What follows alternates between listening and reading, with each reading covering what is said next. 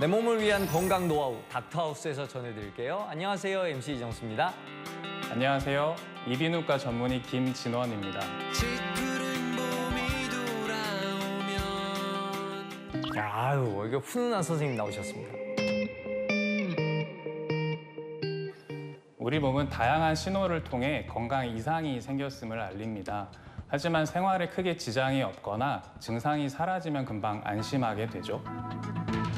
대표적인 예가 일상생활에서 빈번히 발생하는 이 증상인데요. 그래서 오늘의 주제는 내 몸이 보내는 이상 신호, 어지럼증입니다. 어지럼증이 정확하게 뭘 말하는 걸까요? 어지럼증이란 실제로는 움직이지 않는데 자신이나 주위가 움직인다라고 느끼는 모든 증상을 통칭하는 말입니다. 의학 용어로는 현훈이라고도 하는데요.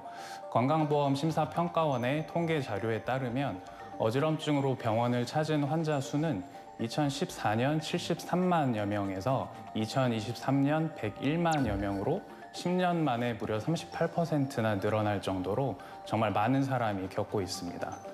이게 증상이라는 게 객관식처럼 딱딱 찍으면 좋겠는데 이게 굉장히 주관적이라니까 무척 고통스럽겠네요. 네, 맞습니다. 그래서 오히려 더 방치하기가 쉽고 증상은 더욱 악화하고 주기적으로 반복되며 재발하는 경우가 굉장히 많습니다. 일상생활을 유지하기 어려울 정도로 고통스럽고 기억력 저하, 불면증, 만성 피로, 우울 등의 심리적인 문제까지 유발할 정도로 심각해질 수 있습니다. 근데 제가 다 들어본 바에 의하면 이 어지럼증이라는 게 이 스트레스나 빈혈 때문에 생긴다 그러던데 그거 맞나요? 땡! 꼭 그렇지는 않습니다. 어지럼증을 유발하는 원인은 다양하지만 그 중에서 귀와 관련된 증상이 가장 높은 빈도로 발생하는데 특히 가장 많이 발생하는 질환은 이석증이 있습니다. 이석증은 뇌에 있는 평형기관 중 주머니처럼 생긴 낭영낭에 붙어있던 이석이 떨어져 반고리관으로 들어가 어지럼증을 일으키는 질환입니다. 자세를 바꿀 때 회전성의 어지러움이 발생하고 구역감이나 구토 등의 증상이 동반하게 되고 가만히 있으면 금방 증상이 가라앉는 것이 특징이기도 합니다. 아니 근데 가만히 잘 있던 이석이 왜 떨어져 나가는 걸까요? 탄산 칼슘으로 이루어진 이석은 시간이 지나면서 작고 약해지게 되는데 고령일수록 남성보다 여성일수록 더 많이 생기게 된다고 알려져 있고요. 또 머리 쪽에 외상을 입었거나 골다공증이 있으신 분, 그리고 비타민 D가 부족할 때도 이석이 좀 더 잘 생긴다고 알려져 있습니다. 혹시 어지럼증을 유발하는 또 다른 질환이 있을까요? 전정신경염도 대표적인 질환 중 하나인데요. 사람의 귀 깊은 곳의 안쪽에는 몸의 자세를 느껴서 균형을 잡을 수 있게 돕는 평형기관이 있습니다. 그 평형기관, 전정과 반고리관으로부터 감각을 받아들이는 그 신경이 바로 전정신경인데 전정신경염은 바이러스 감염이나 허혈 등으로 전정신경에 염증이 생겼을 때 증상이 유발되게 됩니다. 이건 또 증상이 또 다를 것 같아요. 전정신경염은 어떤 어지러움을 유발하나요?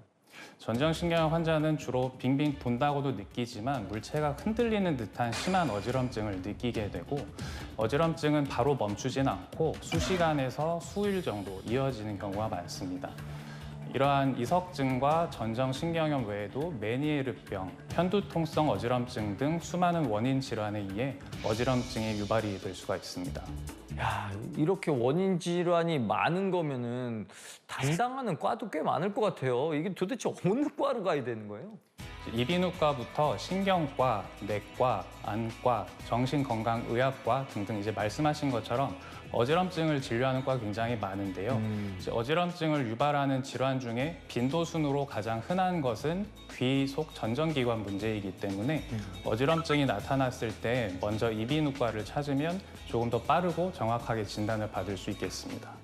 그럼 이비인후과에 가면 어떤 검사를 받을 수가 있어요? 어지럼증이 있을 경우에는 원인을 파악하기 위해 기능 검사를 시행하게 되는데요.